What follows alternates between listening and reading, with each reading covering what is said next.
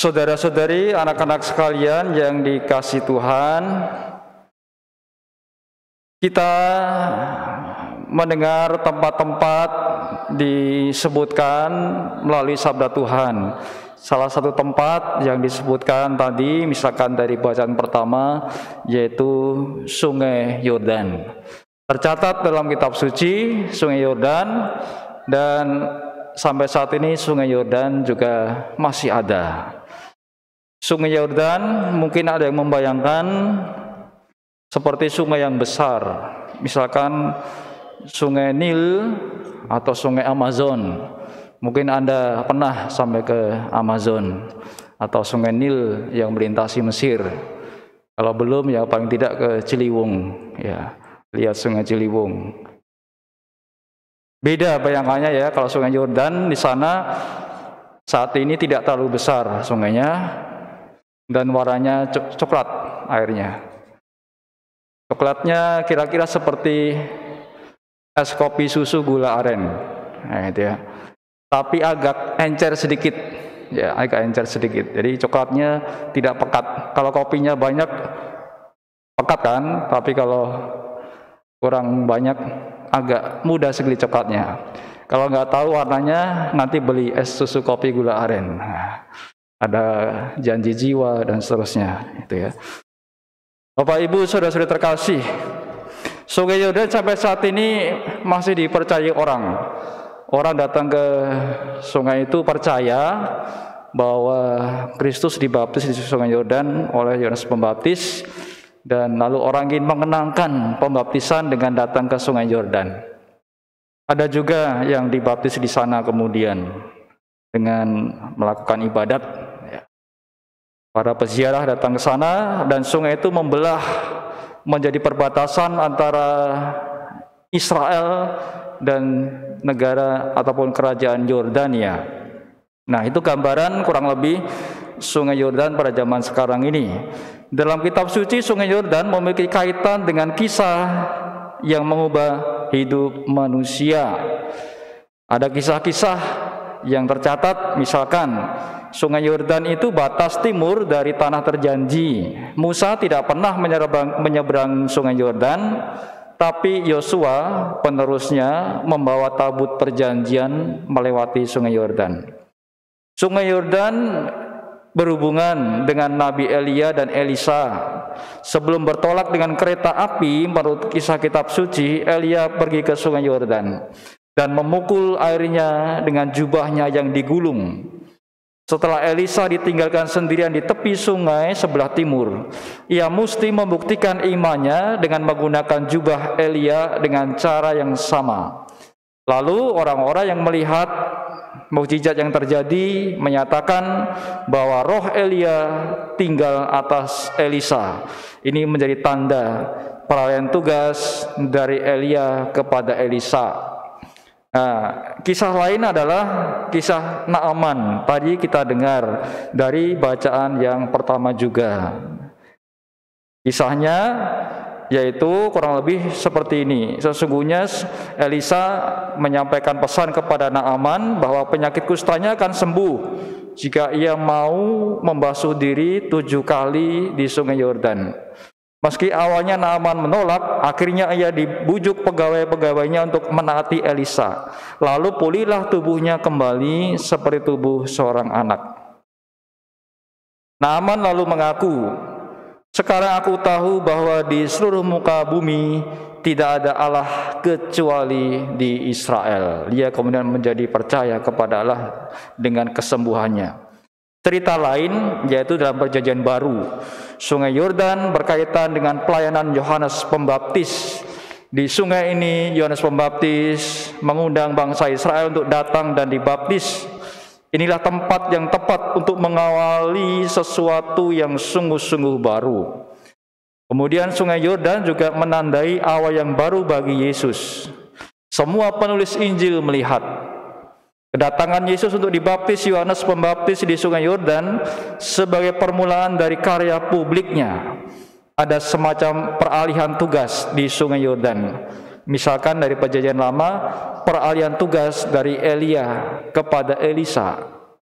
Lalu Yesus yang menerima tanda, yang meneguhkan bahwa karyanya akan dimulai, di mana Yohanes Pembaptis akan mengakhiri tugasnya. Saudara-saudari sekalian dikasihi Tuhan, Sungai Yordan yang tidak berarti, katakanlah tidak besar, ternyata memiliki peran penting dalam kitab suci, yaitu sebagai tempat awal baru bagi seseorang maupun bangsa Israel, dan sebagai tempat di mana seorang asing atau bukan orang Israel, yaitu tadi dikisahkan Naaman, disembuhkan dan menjadi umat Allah, serta sebagai tempat Allah menyatakan kekuasaannya. Itulah awal yang baru yang mengubah hidup manusia menjadi lebih baik lagi. Naaman yang sembuh dari sakit kusta, ketika membasuh diri 7 kali di Sungai Yordan, hidupnya kemudian berubah karena kemudian dia percaya kepada Allah. Ada sebuah perubahan melalui Sungai Yordan, ada sebuah awal yang baru dari Sungai Yordan. Sama seperti ketika Sungai Yordan menandai dimulainya aksi Yosua memasuki tanah terjanji, demikian pula sungai yang sama, yaitu Sungai Yordan, menyaksikan dimulainya aksi dari Yosua yang baru. Siapa Yosua yang baru itu? Yaitu Yesus. Nama Yesus adalah bentuk bahasa Yunani dari nama Ibrani untuk Yosua, yang artinya adalah keselamatan. Ternyata bahasa Ibrani Yosua, bahasa Yunani Yesus, artinya keselamatan. Dan kita percaya bahwa Yesus Kristus hadir ke dunia membawa keselamatan. Kalau kita dibaptis, kita akan mendapatkan keselamatan.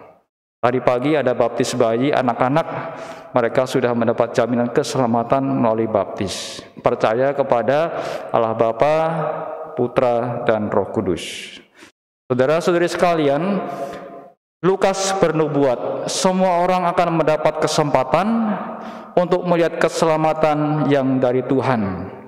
Semua orang artinya bukan hanya orang Yahudi, tapi semua orang di muka bumi.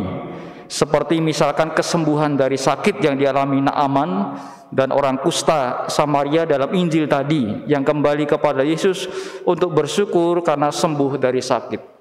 Saudara-saudari sekalian yang dikasihi Tuhan, orang kusta Samaria yang kita dengar dari Injil tadi, dianggap orang Samaria itu oleh orang Yahudi sebagai najis dan asing. Tapi justru dia, orang Samaria atau orang asing ini, dia yang percaya dan berterima kasih kepada Tuhan setelah sembuh. Yang lainnya mana? Ditanya oleh Yesus seperti itu. Kok cuma satu yang kembali? Justru yang kembali orang asing yang dikatakan najis tadi, orang Samaria, tetapi justru yang berterima kasih, bersyukur, daripada orang Yahudi yang katanya beriman kepada Allah, namun ternyata mereka nggak bersyukur ketika sudah sembuh dari sakit. Wujud syukur dari orang Samaria berbeda dengan syukur dari Naaman. Naaman mau mempersembahkan kurban kepada Tuhan, sedangkan orang Samaria bersujud di depan kaki Yesus dan bersyukur. Ada sebuah proses yang dilalui oleh orang Samaria ini, yaitu prosesnya pertama dia percaya kepada Yesus. Bukti dia percaya kepada Yesus ketika dia menyebut kata-kata dengan kata-kata demikian, Yesus Tuhan, kasihanilah aku. Tadi kita mendengar seperti itu pula. Lalu setelah percaya, dia taat pergi kepada imam. Orang sakit kusta itu menurut kebiasaan itu diasingkan dari masyarakat. Maka kalau mereka sudah tahir atau sembuh, ia harus diperiksa imam. Diadakan upacara penahiran dan diterima kembali dalam masyarakat. Itu kedua taat. Yang ketiga bersyukur. Bersyukur ia selamat secara fisik, sosial, jiwa. Ia selamat secara penuh. Imannya itulah yang telah membuat dia selamat. Selamat secara fisik, dia sembuh dari sakit kusta. Selamat secara sosial, dia diterima dalam komunitas, dalam masyarakat kembali. Selamat secara jiwa, ya dia sudah percaya kepada Tuhan, jiwanya diselamatkan, percaya kepada Kristus. Dan Kristus berkata pula melalui sabda yang kita dengar tadi, imanmu telah menyelamatkan kamu. Maka saudara-saudari sekalian, iman menjadi penting kalau kita mau memaknai kisah atau sabda Tuhan di minggu hari ini. Dengan iman maka orang selamat, dengan iman maka orang sembuh dari sakit. Naaman sembuh, orang Samaria juga sembuh dari sakit. Semoga kita senantiasa memiliki iman yang kuat kepada Allah, senantiasa bersyukur dalam hidup kita. Seperti tadi ya, bait pengantar Injil itu juga mengarahkan supaya kita ini senantiasa bersyukur kepada Allah, bersyukur kepada Kristus atas segala karunia apapun yang diberikan kepada kita. Tidak harus menunggu kita sembuh dari sakit, tidak harus menunggu doa-doa kita dikabulkan. Kita gak perlu bersyukur, tapi mari kita senantiasa bersyukur dalam hidup kita karena kita punya iman kepada Allah yang Maha Rahim. Kita punya iman kepada Allah Bapa, Putra, Roh Kudus. Kita punya iman kepada Kristus yang menyelamatkan hidup kita. Semoga dengan tuntunan Roh Kudus kita mampu senantiasa bersyukur dalam hidup kita atas anugerah yang telah diberikan kepada kita, entah itu anugerah yang kecil, biasa, sederhana maupun yang luar biasa dalam hidup kita. Semuanya kita syukuri sehingga kita pun semakin layak untuk beriman kepada Allah yang Maha Kasih, beriman kepada Kristus Sang Juru Selamat yang senantiasa mau kita percayai. Semoga Roh Kudus membantu kita untuk terus beriman dan bersyukur dalam hidup kita. Kita hening sebentar untuk meresapkan sabda Allah.